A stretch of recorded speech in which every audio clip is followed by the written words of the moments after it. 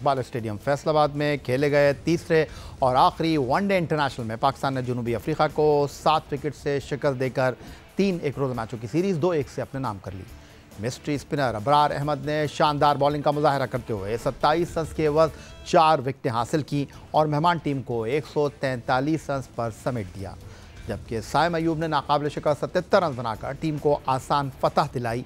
ये कामयाबी जनूबी अफ्रीका के खिलाफ पाकिस्तान की तीसरी मुसलसल वनडे सीरीज़ फतह भी साबित हुई। पाकिस्तान क्रिकेट टीम ने जनूबी अफ्रीका के खिलाफ T20 और वनडे सीरीज़ तो जीत ली, लेकिन इसके बावजूद पाकिस्तान टीम की कारकर्दगी पर बहुत सारे सवालिया निशान बरकरार हैं, जिसमें सबसे बड़ा इशू पाकिस्तान की बैटिंग लाइनअप का है। वनडे क्रिकेट में जब भी बॉलिंग लाइनअप नाकाम रही, पाकिस्तानी बैटर हदफ के ताक़ुब में नाकाम साबित हुए। वेस्ट इंडीज़ के खिलाफ 34 साल बाद नाकामी में भी बड़ी वजह पाकिस्तान के बैटिंग ऑर्डर की नाकामी थी। अगर साइम अयूब ने जनूबी अफ्रीका के खिलाफ सीरीज़ से अपनी कारकर्दगी तो बहाल कर ली, लेकिन T20 सीरीज़ में आराम करने वाले फ़खर जमान आखिरी 2 एक रोज़ा मैचों में 0 पर पवेलियन लौटे। बाबर आजम, जिनके मद्दाहों की तादाद तो ज़्यादा है, लेकिन वो स्कोर बोर्ड पर अपने रन्स की तादाद में इजाफा नहीं कर पा रहे हैं। जनूबी अफ्रीका के खिलाफ आखिरी 3 एक रोज़ा मैचों में 7, 11 और 27 रन बना सके। मोहम्मद रिजवान भी मुसलसल कारकर्दगी दिखाने में नाकाम साबित हो रहे हैं।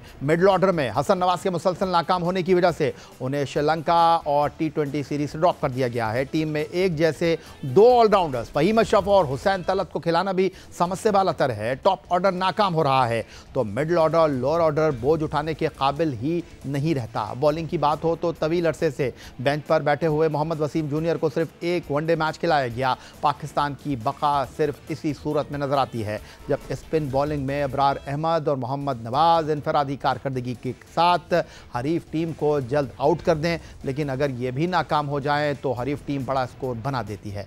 फास्ट बॉलर हारिस रऊफ भी सिर्फ नाम के तेज बॉलर रह गए हैं। उनकी T20 और वनडे क्रिकेट में परफॉर्मेंस गैर मुतासिर कुन दिखाई दे रही है।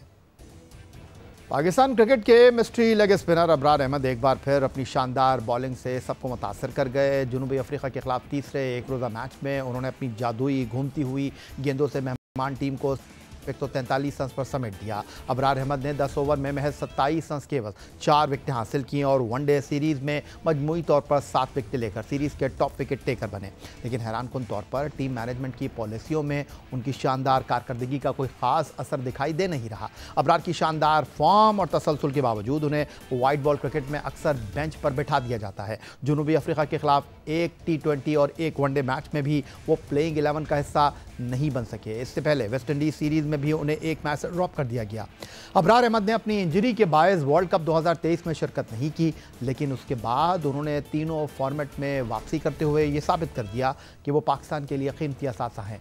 उनकी गेंदों में वैरायटी, लाइन और लेंथ पर गिरफ्त और बड़े खिलाड़ियों को परेशान करने की सलाहियत उन्हें वाइट बॉल क्रिकेट में पहली चॉइस के स्पिनर के तौर पर सामने रखती है। इसके बावजूद हर सीरीज़ में उन्हें बेंच पर बिठाना न सिर्फ उनके एतमाद के लिए नुकसानदेह है, बल्कि पाकिस्तान की स्पिन बॉलिंग ऑप्शंस पर भी सवालिया निशान बन गया है। क्या ये टीम मैनेजमेंट की हैरानकुन तरजीहात हैं या फिर कोई अंदरूनी हिकमत अमली?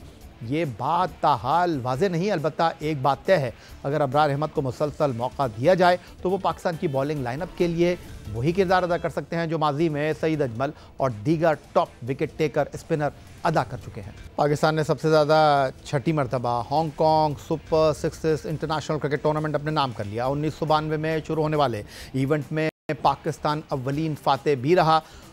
हांगकॉन्ग सुपर सिक्सेस के 12 इवेंट में हिस्सा पाकिस्तान ले चुका है और अब तक सबसे ज़्यादा 6 मरतबा चैंपियन बनने का एजाज़ भी पाकिस्तान के पास है। हांगकॉन्ग सुपर सिक्सेस के 21वें एडिशन में पाकिस्तान ग्रुप सी में भारत और कुवैत के साथ शामिल था। पाकिस्तान ने ग्रुप मरहले में एक मैच में शिकस्त और एक में कामयाबी के साथ क्वार्टर फाइनल में जगह बनाई। क्वार्टर फाइनल में जनूबी अफ्रीका को शिकस्त दी। सेमीफाइनल में ऑस्ट्रेलिया को सनसनीखेज मुकाबले के बाद महज 1 रन से शिकस्त देकर पाकिस्तान फाइनल में पहुंचा, जहां उसका मुकाबला दूसरी मरतबा कुवैत से हुआ।